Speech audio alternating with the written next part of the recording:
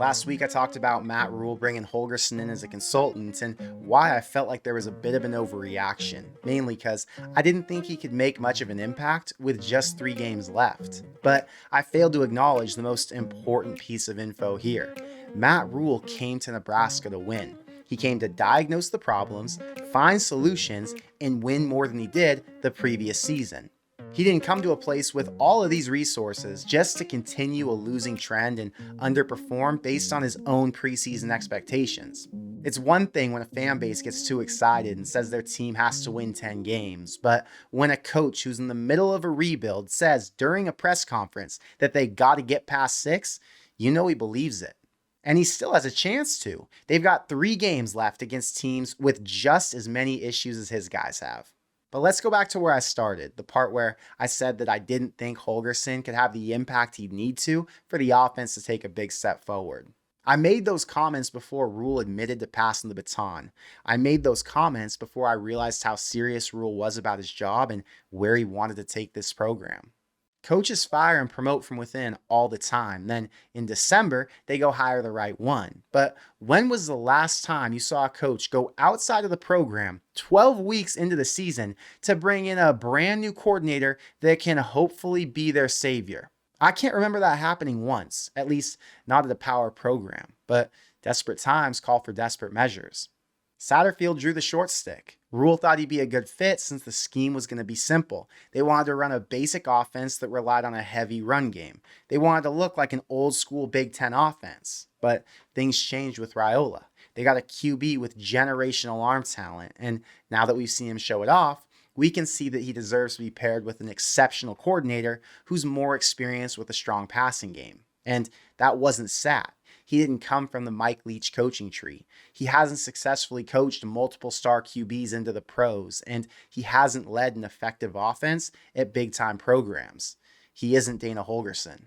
Now, we all know where he comes from, and we know who he's coached and how awesome his offenses have performed. But how effective can your play caller be when he's only been in town for 10 days before your next game? I think the beauty to that question is we don't have high expectations for the answer. Nebraska's already functioning like a Big Ten team. They can move the ball at times, but the stupid play calls that take them out of position or hold the guys back from playing at their best limit their ability to score. Dana's a grown man who's seen it all. He knows how to utilize different skill sets. He's helped QBs improve on their numbers. And most importantly, he wouldn't have taken this job if he didn't think there was a chance that he could get things fixed. And for all the hate that Satterfield gets, he still chose to stick around even though he knows he could just leave since he's not going to be back next year. Talk about respect. This guy knows he's holding the team back, so he stepped aside, allowed somebody else to take his job, and still decided to stick around to help the team in whatever way he can, even if that's just passing along his notes to the new play caller.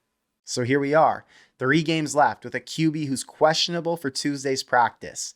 3 games left against teams with proven head coaches and just as much or more talent than Nebraska has. I've got absolutely no idea how these next 3 weeks are going to go, and I think anybody who acts like they do is out of their minds. This is uncharted territory. These are extremely unique circumstances, and while some say Rhule's taking a huge risk, making this big of a change this late in the season, I think it's time to ask yourself, what other choice did he have?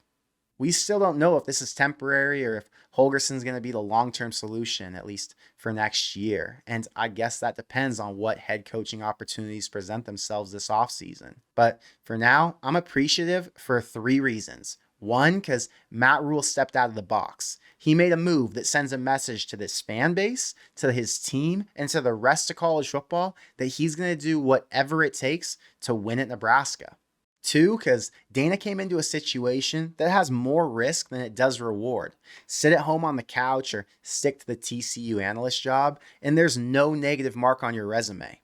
Come to Lincoln, where you're going to have to make some serious changes, and you run the risk of more regression on offense and a mark against you for poor performances with all the weapons Nebraska has. And 3, because they've got opportunity.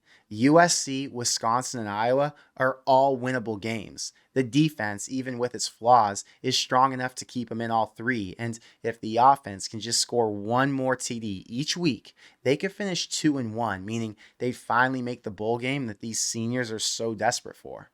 The significance of today's announcement wasn't about Satterfield being relieved of his duties, and it wasn't about a big name head coach coming in to ramp up Dylan's production. Today was big because once again, Rhule showed us how big his balls are, and even though he might not have been the coach fans wanted, he was the CEO this program needed. Predicting his impact's going to be hard, but when I was at the airport this morning watching the presser, I couldn't help but smile. The definition of insanity is doing the same thing over and over, but expecting a different result. I'll be back with my USC prediction video tomorrow, but for now, I want to know what you think, so let me know in the comments below. Is Holgersen's impact something you think this offense feels immediately, or is it going to take a game or two to work things out before we see some positive change? Does Dana stay in Lincoln to lead this offense next season, or do you think he's just a bandage that moves on after December? And how does the switch impact your end of season prediction? I know we were pretty split on whether or not Nebraska would make a bowl game, so let me know your new prediction for how it all plays out. But that's all I've got for today, so until next time, thank you for being here, and I will see you in the next one. Go Big Red.